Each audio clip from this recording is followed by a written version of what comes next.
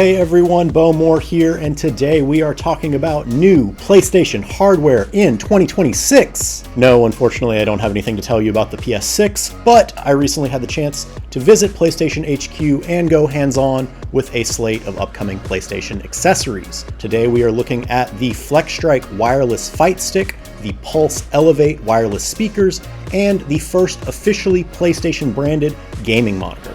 Let's dive right in with the FlexStrike Wireless. Now, I'll say right off the bat that I am not a hardcore fighting game enthusiast, but that's actually the kind of person that PlayStation is targeting with the FlexStrike.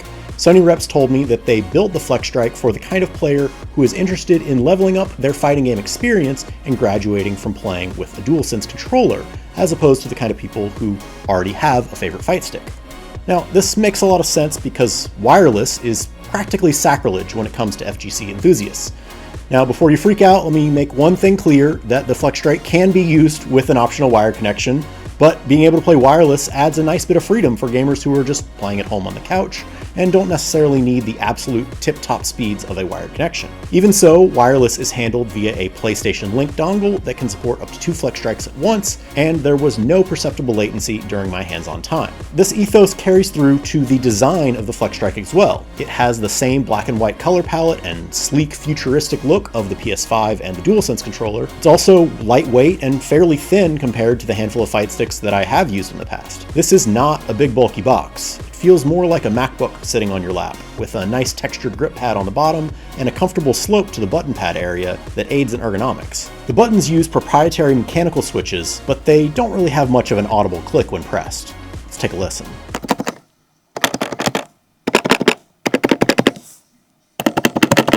The stick, on the other hand, has a satisfying audible click when actuated. Oh yeah, that's nice. The ball top is unscrewable for folks who want to use a different topper, while the underside of the FlexStrike has an interchangeable restrictor gate that lets you swap between a square, octagon, and circle. We weren't allowed to film this bottom section, but the FlexStrike's bottom panel hinges open and it has spots underneath to store the restrictor gates as well as the PlayStation Link USB dongle.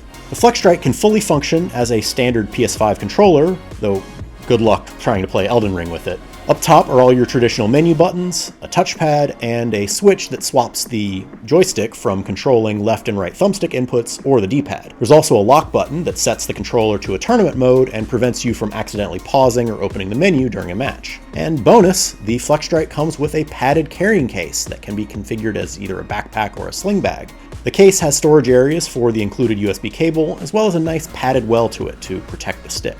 All told, it's an attractive fight stick that I think perfectly achieves the aim that PlayStation is going for. Now, I'm not enough of a fighting game authority to weigh in if the FlexStrike will sway enthusiasts away from their current favorite fight stick, but for those who are looking to move up from playing on controller, it's a pretty compelling option.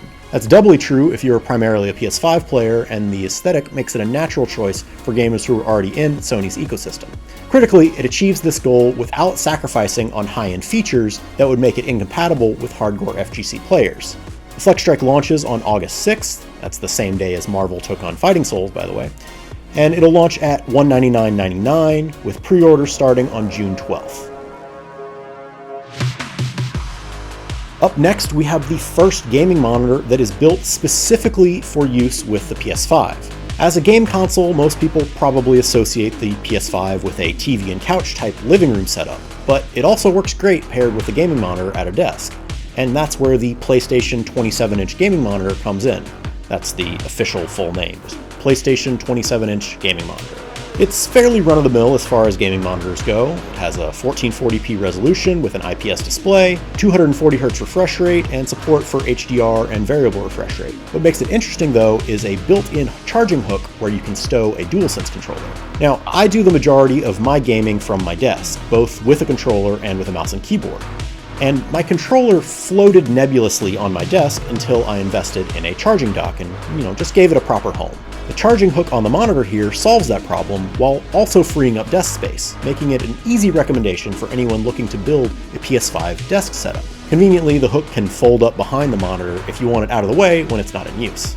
Beyond the charging hook, another PS5-minded design choice is the inclusion of 2 HDMI 2.1 ports in addition to a DisplayPort 1.4 input. Now, PS5 uses HDMI, and most modern graphics cards offer both HDMI and DisplayPort. This means you can connect the monitor to both your PS5 and PC via HDMI if you want, instead of limiting your PC to the DisplayPort connection. Now, as I said before, spec-wise, the monitor is nothing special, but it's worth noting that those specs do match with the PS5 pretty well. While most TVs these days run at 4K, the PS5 is perfectly capable of outputting at 1440p, and in fact doing so means that you can more easily hit higher frame rates even while prioritizing image quality. That said, while the monitor is capable of up to 240Hz refresh rate, that is only for PC. The PS5 itself caps out at 120Hz. The specs found in this monitor will typically run you around $200 for your standard PC monitor, while this one here is priced at $349.99. There's definitely a unique benefit to the built-in charging hook, and doubly so if you want a monitor that aesthetically matches the PS5. Just know that you're paying for a bit of premium for those unique features. The monitor will launch on August 27th, with pre-orders starting on June 5th. The final stop on our hardware tour is the upcoming Pulse Elevate wireless speakers. PlayStation told me that the goal for these was to provide the sound quality and features of using a gaming headset, but without the headset. The Pulse Elevate have a few tricks up their sleeve to achieve that goal. Like the recent Pulse Elite headset and Pulse Explore earbuds, the Pulse Elevate speakers use PlayStation Link, which is Sony's proprietary low-latency, lossless wireless audio tech. While the speakers appear to be wired at first glance, the cord that you see is actually only connecting to their charging puck, while the speakers sit atop that via a cute little nesting design. This means that you can easily reposition the speakers if their ideal sound position isn't in a place where you want them just sitting all the time. Speakers have planar magnetic drivers and a built-in woofer to provide powerful sound across the audio spectrum.